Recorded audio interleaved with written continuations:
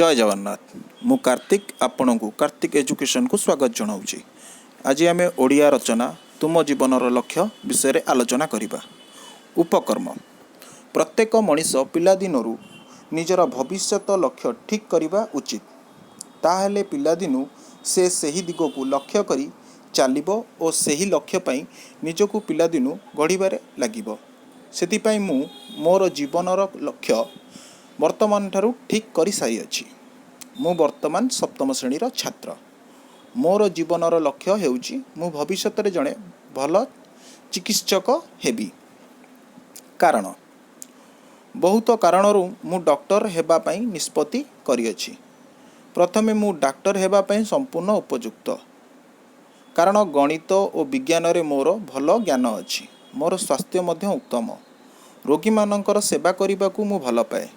रोगी मानकर चिकित्सा करि पारले मु आहुरी आनंदित हेबी। रोगी सेवा गोटे भल काम। आम देश में डाक्टर मानकर अभाव अछि। गाँ गहल रे लोक मानक पई डाक्टर नाहांती। तेणु भविष्यत रे मु जड़े डाक्टर हेबा उचित। आम ग्राम रे डाक्टर नाहांती। मु डाक्टर हेले आम ग्राम रे गोटे घरोई डाक्तरखाना खोलिबी। आम गाँ और पाख गाँ रे थिबा पीड़ित लोक मानकर चिकित्सा करिबी। सेमानकु सस्तारे औषध जोगाइबी। चिकित्सा पाई सेमानक ठारू अल्प पैसा नेबी। कारण मु धनी हेबा पाई इच्छा करे नाही। मो परिवारर भरण पोषण पाई किछि पैसा दरकार। सेतिकी मात्र पाइले यथेष्ट हेबो। डाक्टर भाबरे मु कठिन परिश्रम करिबी। लोकमानकर जीवन रक्षा करी मु आनंदित हेबी। जणे भल और सचोट डाक्टर भाबरे मु सुनाम अर्जन करिबी। एबे शेष कथा मु बुझी पारुछि जे मोर लक्ष्य अति उत्तम। रोगी सेवा ठारू बड़ी पुण्य कार्य जगत रे नाही। गरीब रोगी मानकर चिकित्सा करी मु काल काटिबी।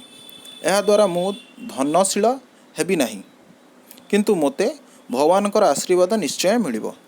आशा करुच्ची आपनको वीडियोटी बहुत भल लागिथिबो। वीडियोटी भल लागिथिले आपण कमेंट शेयर लाइक सब्सक्राइब मध्य करिदेबे। धन्यवाद।